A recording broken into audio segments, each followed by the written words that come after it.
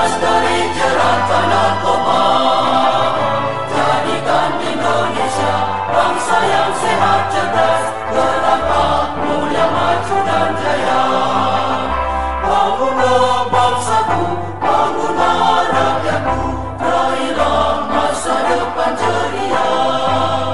Satukanlah visi, satukanlah misi, perangi dan hancurkan narkoba.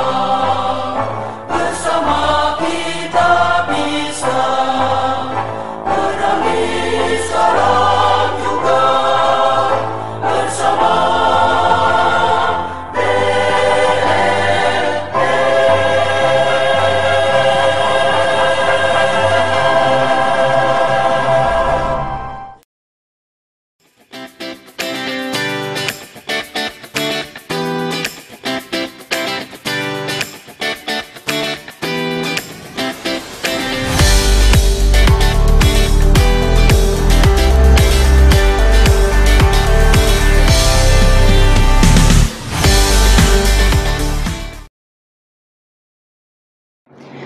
Halo Sobat Anti Narkoba, selamat datang di podcast BNN Kota Berdialog. Stay cool, stay clean. Bersama aku, Rintan. Hari ini kita bakal bahas sesuatu yang pastinya menarik dan penting untuk kita semua. Narkoba, kedengarannya klise, tetapi percayalah, ini masalah nyata yang bisa ngancurin hidup kita dalam sekejap. Kita nggak bakal ceramah kok, tapi lebih ngobrol santai bareng Kak April tentang narkoba. Oke, let's go! Hey Kak Rintan, seneng banget bisa ngobrol bareng Kak Rintan dan berbagi informasi untuk sobat online kita di luar sana. Karena topik ini perlu kita aware ya Kak. Narkoba itu udah kayak jebakan tikus, sekali kena udah susah lepasnya. Oke, jujur aja nih, kenapa sih banyak anak muda yang tergoda buat nyoba narkoba, Kak? Ada banyak faktornya Kak Rintan, kenapa anak muda banyak tergoda menggunakan narkoba. Ada yang coba-coba karena penasaran, ada yang kena bujurai teman, dan bahkan sosial media ini kurang membantu perihal narkoba. Mereka memperlihatkan kehidupan glamor narkoba, padahal kan sebaliknya Kak. Bener banget sih. Banyak yang ngira narkoba itu bisa bikin happy, padahal efeknya bisa bikin hidup berantakan. Setuju nggak Kak? Setuju banget Kak Rintan, aku setuju 100%. Karena kayak, wah lebih pede, aku lebih santai, padahal lama-lama kalian bakal kecanduan dan susah banget bikin lepasnya. Percaya deh, pas efeknya habis, kalian bakal lebih ngerasa hancur daripada sebelumnya. Serem banget sih. Aku pernah baca nih Kak, efek narkoba tuh serem banget. Bisa nggak ceritain gimana realnya? Ya itu bener banget Kak Rintan, efek narkoba itu benar-benar real, ngeri. Karena kita pertama bisa ngeliat efeknya tuh dari fisik. Terlihat dari turunnya berat badan yang drastis, gigi yang rusak, kulit yang kusam, bahkan kita kelihatan lebih tua daripada umur aslinya. Yang kedua, mental, terkena paranoid, anxiety, depresi, dan bahkan Kak Rintan bisa bikin halus sampai yang nggak bisa bedain mana yang nyata dan yang enggak. Dan ketiga, itu di kehidupan sosial, kita dijauhi oleh keluarga dan teman-teman, bahkan ada sampai yang ditinggalkan karena susah melepasnya gitu Kak. Sedih banget sih. Baik Sobat Anti Narkoba, kita akan lanjutkan topik kita yang menarik ini setelah informasi berikut ini. Hidup gue makin merosot, kemauan untuk stop itu ada, cuma actionnya gue nggak dapet. Nggak ada orang yang mau direhab, merasa dirinya ini bisa. Kami paham kebingungan dan keraguanmu tentang proses rehabilitasi BNN. Apakah benar direhab atau dipenjara sih? Daripada berasumsi, yuk kita kenali program rehab dari BNN ini. Fakta pertama adalah orang-orang yang terjerat narkoba akan ada dua penanganan. Jika terbukti pengedar, akan dihukum. Tetapi jika hanya pengguna, akan melewati proses rehabilitasi. Keputusan penanganan tersebut didasari oleh surat rekomendasi yang dikeluarkan oleh TAT, Tim Asesmen Terpadu BNN. Tim ini secara komprehensif dibentuk oleh BNN, penyidik kepolisian, jaksa, dan dokter yang membidangi rehabilitasi.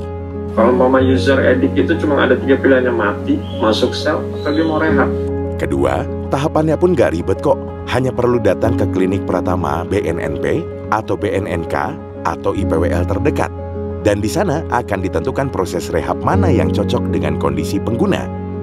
Buat saya sih, rehab itu memang diperlukan ya. Setelah proses rehab pun, setiap pengguna akan didampingi agar siap untuk kembali ke masyarakat. Mereka yang udah masuk duluan membantu kita untuk proses pemulihan kita. Diajarkan untuk menjadi kepribadian yang lebih terbuka, semua diisi dengan hal-hal positif. Lalu yang ketiga, BNN juga menjamin kerahasiaan identitas sebuah pasien. Dan semua prosesnya tidak dikenakan biaya sama sekali. Rehab itu nggak seburuk yang kalian bayangin kok. Ini loh perubahan yang diberikan oleh rehabilitasi terhadap diri gue. Kepribadian yang lebih baik, gue dibuat jadi back to function. Pengolahan kemarahan, komunikasi skill, terus habis itu pola hidup sehat. Kita semua ada diajarkan lah di sini. Pihak BNN memberikan kita satu wawasan, satu ilmu yang kita nggak bisa temuin gitu loh, secara user edit ya. Di sini gue diajarkan untuk kembali seperti sebagaimana mestinya diri gue, Kak. Yuk berani rehab untuk kebaikan dirimu dan orang di sekitarmu. Peduli diri, berani rehabilitasi. Halo Sobat Anti Narkoba, kembali lagi bersama kami di topik kita mengenai narkoba. Selanjutnya nih Kak, aku juga pernah dengar nih cerita teman yang hidupnya berubah gara-gara narkoba. Yang dulunya pintar, berprestasi, jadi sering bolos, drop out, dan sekarang susah balik ke jalur yang benar. Nah, itu real banget Kak Rintan, karena banyak anak muda yang berbakat di luar sana, mereka terhalang bakatnya dan cita-citanya itu karena sudah mencoba narkoba tersebut Kak. Sangat disayangkan kan.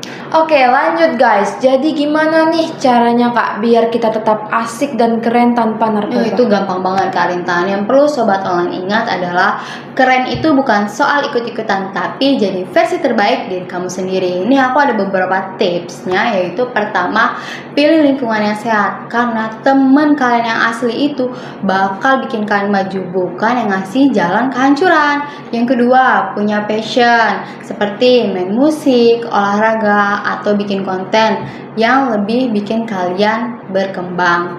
Yang ketiga, berani bilang no Kak. Jika ada yang nawarin, kalian langsung tolak, karena kita nggak harus nyoba buat diterima di lingkungan tersebut. Yang keempat, cari cara sehat buat ngilangin stres, karena untuk ngilangin stres itu bukan cuma pakai narkoba, dan jangan juga pakai narkoba.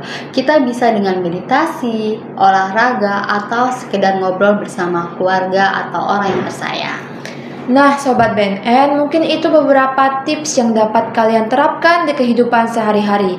Aku suka nih Kak sama poin terakhir. Banyak orang pakai narkoba buat kabur dari masalah, padahal ada cara lain yang lebih sehat, ya kan Kak? Ya, exactly. Dan ingat ya teman-teman, narkoba itu bukan solusi, malah bikin masalah kalian lebih ribet.